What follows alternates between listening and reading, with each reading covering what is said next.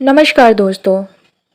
आपके घर के पास भी बहुत सारे कुत्ते रहते होंगे। कुछ लोग जानबूझकर उनको परेशान करते हैं, उनको मारते हैं। हमारे शास्त्रों में, रामायण में एक ऐसी ही कथा का उल्लेख है। ऋषि द्वारा एक कुत्ते के मारे जाने पर वो प्रभु श्री राम के पास न्याय मांगने पहुंच जाता है और प्रभु श्री राम उनका कैसे न्याय करते हैं, आइए हम इस कथा के माध्यम से जानते हैं।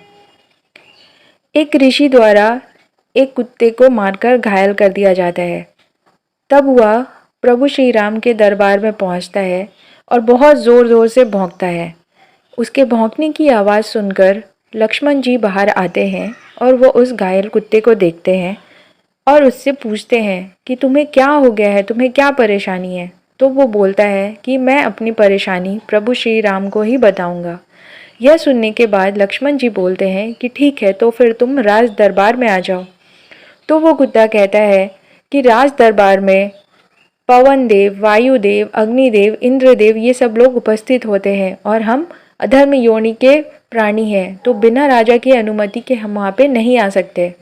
यह कहकर लक्ष्मण जी प्रभु श्री राम के पास जाते हैं और उन्हें सारी कहानी बताते हैं। यह सुनकर प्रभु श्री राम उन्हें अनुमति दे देते हैं राज दरबार में आने के लिए। तो वो कुत्ता राज दरबार में पहुंचता है और प्रभु श्री राम को अपनी पूरी व्यथा बताता है। वह बताता है कि कैसे एक ब्राह्मण भिक्षु ने उसे मारकर घायल कर दिया, जबकि उसका कोई अपराध भी नहीं था। यह सुनने के बाद प्रभु श्री राम लक्ष्मण को कहते हैं कि फौरन उस ब्राह्मण भिक्षु को मेरे सामने उपस्थित किया जाए। तो जैसे ही वो ऋषि आता है, वो उनसे पूछते हैं कि तुमने इस कुत्ते को क्यों मारा। तो वो कहता है कि आज भूलवश मुझे भिक्षा मांगने में थोड़ी देर हो गई थी। मैं द्वार द्वार पर भोजन के लिए भटक रहा था, परंतु कुछ ना मिल पाने के कारण मुझे बहुत क्रोध आया हुआ था और यह कुत्ता बार बार बीच बीच में मेरे मार्ग पर आकर जोर जोर से भौंक रहा था, इसलिए मैंने इसे मार दिया।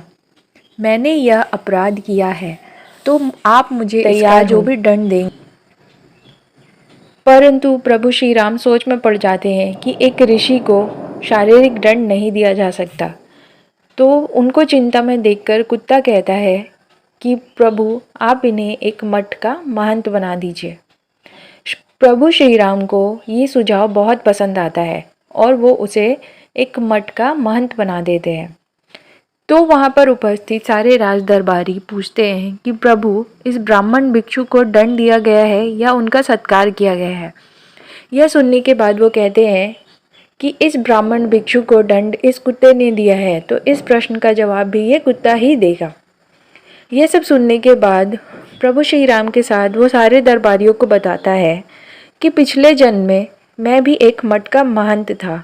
मैं पूरी निष्ठा, ईमानदारी और न्याय के साथ मठ के सारे काम किया करता था। अपनी उपस्थिति में उचित रहकर मैं देव पूजा करता था तथा देव संपत्ति की रक्षा करता था और बचे हुए समय में पशुपालन करके उनकी सेवा करता था। यह सब कुछ सत्कर्म करने के बाद भी मुझे ये अधर्म योनि क्यों प्राप्त हुआ, मैंने इस अधर्म योनि में क्यों जन्म लिया। और वो ऋषि इतना क्रोधित होता है, तो अगर उसे मठ का महंत बना दिया जाए तो वो अपनी 7 पुष्टों को नर्क भुगवाएगा। इसलिए मैंने उसे यह दंड के लिए बोला है। तो ये है इस पूरी कथा का सार। आशा करती हूँ कि आपको आज की मेरी ये कथा ज़रूर पसंद आई होगी। पसंद आई होगी तो प्लीज़ लाइक करना बिल्कुल मत भूलिएगा और कमेंट सेक्शन पे ज़रूर बताइएगा। और कोई और भी सुझाव देना चाहते हैं तो वो भी आप कमेंट सेक्शन पे बता सकते हैं। और जो लोग भी मेरे चैनल पे नए हैं, प्लीज़ सब्सक्राइब करना बिल्कुल मत भूलिएगा। तो मिलती हूँ अपनी किसी और नई प्रस्तुति में अगली वीडियो में। तब तक के लिए धन्यवाद।